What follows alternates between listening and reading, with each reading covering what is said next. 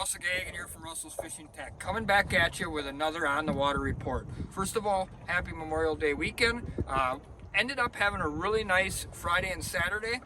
Sunday, Monday still looking a little bit iffy right now, but the forecast is improving. So possible to get out maybe in the next 2 days, possibly not, but we did take advantage of the last couple of days. I did just put out a nice video on transitional coho, and that's exactly what we saw today. We saw the coho transitioning out into that deeper water. They're getting much more spread out vertically now. You can catch them from 60 foot of water all the way out to 250 foot of water. We're also seeing them spread out quite a bit vertically now. So we're catching cohos on 1 color, 2 color, 3 colors still. We're catching cohos all the way down to 70, 80 feet down. What does that mean? It means we're starting to use a lot of different gear like I talked about in that transitional video. We were out today on kind of a midday run here out of Port Washington.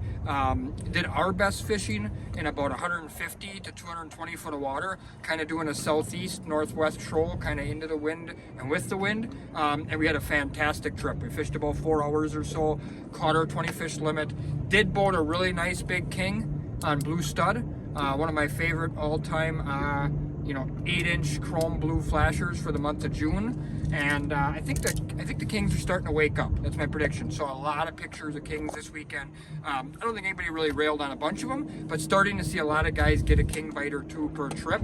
That was on a wire diver out about 121 feet or so, so about 60 feet down. We took quite a few kings, quite a few cohos on 2 colors, 3 color type stuff. With just your standard 00 Dodgers. This is our gold orange crush from Salmon Candy. So those high rods took some fish. We did take quite a few fish on a rigger with Optimus Prime down 41. That took, I don't know, 3-4 hits. Probably had 32, 35 bites, something like that out of our 20 fish.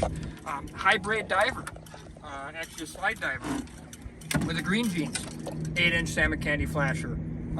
Took some hits, and then I really couldn't get a 8-inch flasher going too well on my side. I think I had 1 bite on that, so I took it off and put a double wide on it in the coho crusher, and that went, I don't know, 4 or 5 times, probably 41 feet out. So moral of the story really is the cohos are not only spreading out horizontally, but they're spreading out vertically. Like I said, you now can catch them from in shallower out to deeper. I think the best fishing now is going to be more in that out further, that 120 to 220 range probably. Like I said, we really keyed in on that 150 to 200 was probably the best for us, but also starts to stretch things out vertically.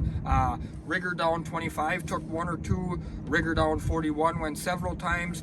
Boards in that 5-10 down range, 1 color, 2 color, 3 color stuff went a couple times. 300 copper went.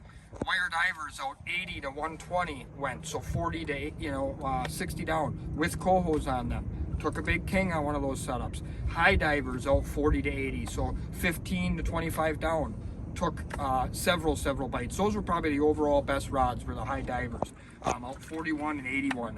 One with an 8-inch flasher, one with the double wide. So fishing is still phenomenal up and down the whole shoreline here in the Wisconsin area, with cohos still from 2 rivers pretty thick all the way down to Chicago, yet it sounds like, but definitely down to the state line. Still remains really good. And as we go here, I think we're going to see more and more kings show up. My guess would be by next weekend, boats will start picking up maybe 2, 3, 4 kings a trip. So hope you guys got out this weekend. Hope this report helps you. Look for my next video. I'm going to give you my top 5 June best king flashers to make sure you have in your tackle box for this coming June to put a bunch more kings in there. Good luck and good fishing.